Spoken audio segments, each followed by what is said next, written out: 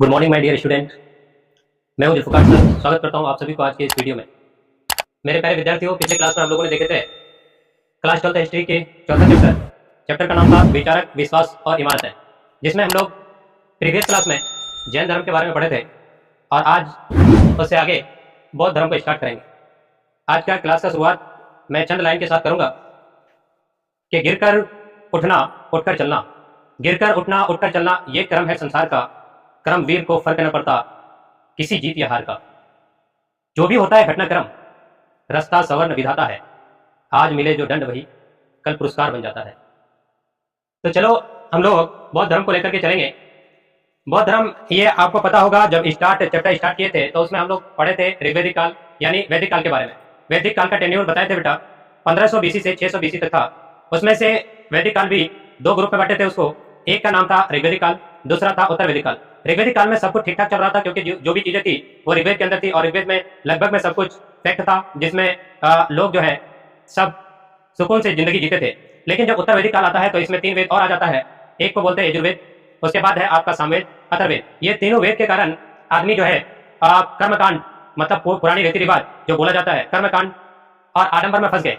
आदमी परेशान थे। अब इन आदमियों की परेशानी को देखते हुए यहाँ पे एक भगवान के रूप में विराजमान होते हैं, जिसका नाम है गौतम बुद्ध। ये गौतम बुद्ध आते हैं और अपना धर्म सबके सामने रखना चाहते हैं। उस धर्म का नाम है बौद्ध धर्म। इसी धर्म के बारे में आज हम लोग पढ़ेंगे। तो सबसे पहला है आपका बौद्ध धर्म। बौद्ध धर्म के संस्थापक कौन है? तो बोलेंगे बौद्ध धर्म का संस्थापक है गौतम बुद्ध।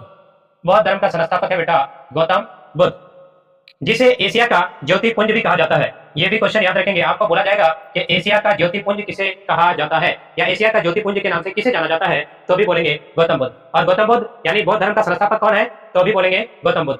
अगला देखिए, गौतम बुद्ध का जन्म कब हुआ था, तो बोलेंगे 563 ईसा पूर्व में। कहां हुआ था, तो बोलेंगे कपिल वस्तु के निकट। कपिल वस्तु के निकट एक जगह है नेपाल की तराई में। कपिल वस्तु के निकट नेपाल की तराई में लुम्बिनी नाम का एक ग्राम है। ग्राम का नाम क्या है? लुम्बिनी। लुम्बिनी नाम के ग्राम है और वहीं पे पड़ता है आम्रकुंज। आम्रकुंज नामक स्थान पर इसका जन्म हुआ था। कपिल वस्तु के, यहाँ पे नॉर्मल लिखा है कपिल वस्तु के निकट नेपाल की तराई में लुम्बिनी नामक ग्राम में आम्रकुंज में उसका पैदाइश हुआ था 563 ईसा पूर्व में। अगला देखते हैं बेटा, तो गौतम बुद्ध का बचपन का नाम देखेंगे तो इसका गौतम बुद्ध का बचपन का नाम सिद्धार्थ था। क्या था? सिद्धार्थ। अब देखो बेटा, पिता का नाम क्या है? शुद्धोधन। पिता का नाम शुद्धोधन है। ये शुद्धोधन कौन है, तो बोलेंगे ये कपिल वस्तु जो है, कपिल वस्तु, इसी कपिल वस्तु के 7 वंश के, 7 कुल के ये क्षत्रिय वंशी राजा थे। ये शुद्धोधन यानी गौतम बुद्ध के पिताजी कहाँ के राजा थे, तो बोलेंगे कपिल वस्तु के राजा थे। किस वंश के थे, किस कुल के थे, तो बोलेंगे 7 कुल के थे। 7 कुल के थे और क्षत्रिय वंशी राजा थे। माता का नाम क्या है बेटा, तो बोलेंगे माता का नाम है माया देवी। माता का नाम क्या है? माया देवी। अब देखिए इसका बैड लक समझो। इसके बारे में कहा जा सकता है कि माता की मृत्यु जन्म के 7वें दिन, मतलब बच्चा गौतम बुद्ध अभी 7 दिन के हुए थे कि उनकी अम्मी उनकी अम्मी का देहांत हो जाता है, मर जाती है। अब गौतम बुद्ध का लालन पालन कौन करेंगी, तो बोलेंगे उसके मौसी। उनके मौसी नाम है इसका प्रजापति गौतमी। प्रजापति गौतमी ने इसका लालन पालन की थी। तो आपको यहाँ से क्वेश्चन इस तरह से पूछेगा, आपको बोलेगा कि गौतम बुद्ध की माता का इंतकाल या मृत्यु कब हुई थी, तो बोलेंगे जब गौतम बुद्ध 7 दिन के थे। 7 दिन के थे उसी दिन 7वें दिन में उनके माता माया देवी का इंतकाल हो गया था, यानी मृत्यु हो चुकी थी और उसके लालन पालन मौसी प्रजापति गौतमी ने की थी। आगे देखिए बेटा, गौतम बुद्ध के बचपन का नाम तो बोले अभी सिद्धार्थ। देखो यहाँ पे एक बात है, जब गौतम बुद्ध का जन्म हुआ था तो जन्म के समय यहाँ पे उनके पास 2 आदमी आते हैं। एक का नाम है कालदेव, एक का नाम है कालदेव और दूसरा ब्राह्मण है जो उसका नाम है कौंडिन्य और कालदेव। ये दोनों जो है इन बच्चों के भविष्यवाणी करते हैं और भविष्यवाणी करते हुए कहते हैं कि ये जो बच्चा है ये आगे चलकर जो बनेगा वो चक्रवर्ती राजा बनेगा। क्या बनेगा? चक्रवर्ती राजा बनेगा। और साथ में ये भी कहा कि ये आगे चलकर के महान सन्यासी भी बनेगा। तो उनके पिता को इस चीज को, शुद्धोधन को बहुत परेशानी हो गई कि चलो बेटा चक्रवर्ती राजा बनेगा ये ठीक है, लेकिन बोला कि महान सन्यासी बनेगा, तो इसके पिताजी परेशान हो गए। क्यों? इसलिए कि ये बचपन से ही हमेशा चिंतनशील रहते थे, हमेशा चिंता करते थे, कुछ न कुछ सोचते रहते थे, जिसकी वजह से पिताजी को परेशानियां बढ़ रहे थे। तो उन्होंने इसके बारे में सुना और उसको सन्यासी के बारे में जब बताया तो उन्होंने ये भी कह दिया कि अगर ये 4 व्यक्ति को अगर अपने लाइफ में देख लेंगे तो ये ऑटोमेटिक है कि वो सन्यासी उसी दिन बन जाएंगे। 4 व्यक्ति के बारे में बोलेंगे तो 4 व्यक्ति, एक बूढ़ा व्यक्ति को अगर देखेंगे, दूसरा देखेंगे बीमार व्यक्ति को अगर देखते हैं, या लाहास को देखते हैं जिसको सब बोलते हैं, अगला सन्यासी। ये 4 तरह के व्यक्ति को अगर देख लेंगे तो वो उसी दिन से क्या बन जाएंगे? सन्यासी बन जाएंगे। तो पिताजी परेशान। अब यहाँ पे होता क्या है, तो मतलब ये बचपन से ही बोला गया ना। देखो बेटा यहाँ पे आता है, यहाँ मतलब करेगा क्या, गौतम बुद्ध हमेशा कहाँ पे बैठा हुआ रहेगा, तो बोलेंगे एक जम्बू वृक्ष है। जम्बू जिसको बोलते हैं हम लोग जामुन, जामुन के वृक्ष के नीचे हमेशा वो क्या रहते थे, ध्यान मग्न रहते थे, हमेशा ध्यान मग्न रहते थे जामुन वृक्ष के नीचे। अब यहाँ पर बात आई है जम्बू, तो याद रखेंगे बेटा हमारा हिंदुस्तान का नाम कितना है। हमारा हिंदुस्तान का नाम है, एक को बोलते हैं इंडिया, यह आपका इंडिया, एक इंडिया हो गया, और दूसरा है आपका भारत, अपना देश का नाम बोल रहे हैं, एक इंडिया भारत, उसके बाद बोलेंगे हिंदुस्तान, हिंदुस्तान, उसके बाद है आर्यावर्त, आर्यावर्त, ये भारत का नाम है। उसके बाद है आपका जम्बू द्वीप, जम्बू द्वीप, यह आपका देश का नाम है। आपको बोलेगा कि भारत का नाम कितना है, तो बोलेंगे देख लो बेटा 1 2 3 4 5, 5 नाम से भारत को जाना जाता है, 5 नाम से। एक भारत को इंडिया बोलते हैं, भारत बोलते हैं, हिंदुस्तान बोलते हैं, आर्यावर्त बोलते हैं, और जम्बू द्वीप के नाम से भी अपना ही देश को जाना जाता है। तो ये बचपन में क्या करते थे, जम्बू वृक्ष के नीचे हमेशा ध्यान मग्न रहते थे। तो इसी की परेशानी चिंता को देखते हुए उसके पिताजी ने, मतलब पिताजी कौन, शुद्धोधन, वो क्या कर रहे हैं, 16 वर्ष की अवस्था में, कितने वर्ष की अवस्था में बेटा, 16 वर्ष की अवस्था में, 16 वर्ष की अवस्था में पिता ने गौतम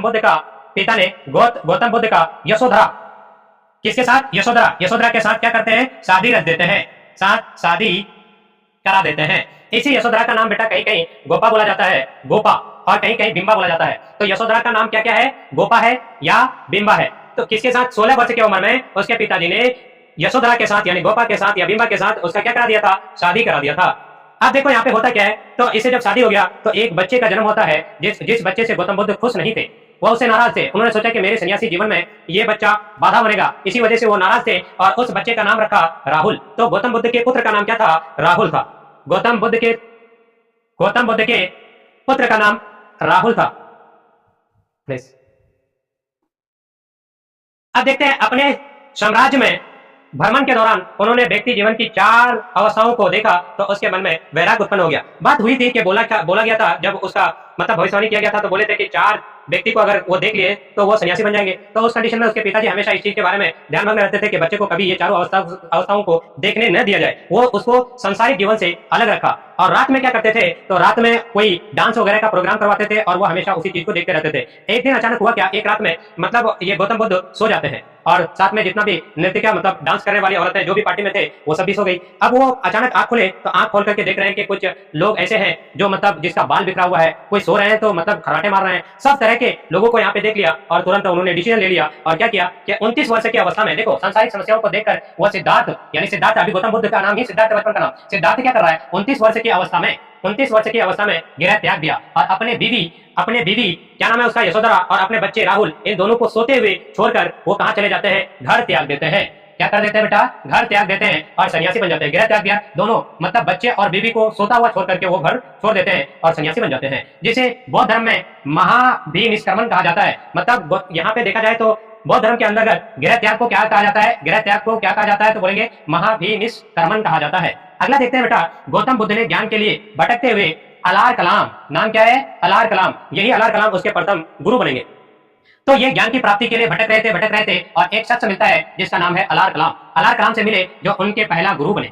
अलार कलाम उनका क्या बने, पहला गुरु बने, और जिससे कौन सी शिक्षा ली, तो बोलेंगे सांख्य दर्शन की शिक्षा ली। अलार कलाम से कौन सी शिक्षा ली, सांख्य दर्शन की शिक्षा ग्रहण की। अब देखो बेटा आगे चल के क्या होता है, तो गौतम बुद्ध अपने 5 मित्रों के साथ, कितने मित्रों के साथ, 5 मित्रों के साथ कहां चले जाते हैं, तो बोलेंगे सारनाथ चले गए। कहां चले गए, 5 मित्रों के साथ सारनाथ चले गए और वहां कठोर तपस्या की, फिर ज्ञान की प्राप्ति हुई और उसके बाद वो पुनः गया आ गए। अब यहाँ पे आते हैं, देखिए तो इसके बारे में यहाँ से भी क्वेश्चन पूछा होता है आपको, बोलेगा कठिन तपस्या के बाद कितने वर्ष में, तो बोलेंगे 35 वर्ष की आयु में। कितने वर्ष की आयु में, 35 वर्ष की आयु में।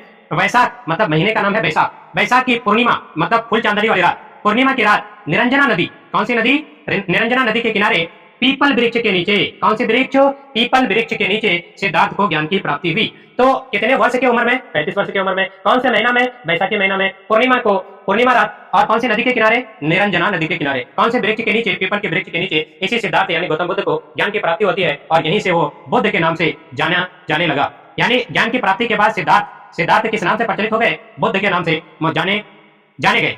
वह स्थान बोध गया कहलाया। जिस स्थान में उसको ज्ञान की प्राप्ति हुई उस स्थान को क्या कहा गया, बोध गया। आज भी ये गया में बोध गया स्थान बहुत ही फेमस है। बुद्ध ने अपना प्रथम उपदेश सारनाथ में दिया था। कहां पे दिया था, सारनाथ में, जिसे बौद्ध ग्रंथों में धर्म चक्र प्रवर्तन कहा जाता है। धर्म चक्र प्रवर्तन कहा जाता है। अगला देखते हैं, तो ये किस भाषा में अपना उपदेश दिया था, तो बोलेंगे पाली भाषा में उपदेश दिया था। यहां से अब उसका मृत्यु कब होता है, तो बोलेंगे गौतम बुद्ध का मृत्यु जो है 483 ईसा पूर्व में कहां पे हुआ था, पावापुरी में। बस यहीं तक रहते हैं आज का क्लास गौतम बुद्ध के बारे में।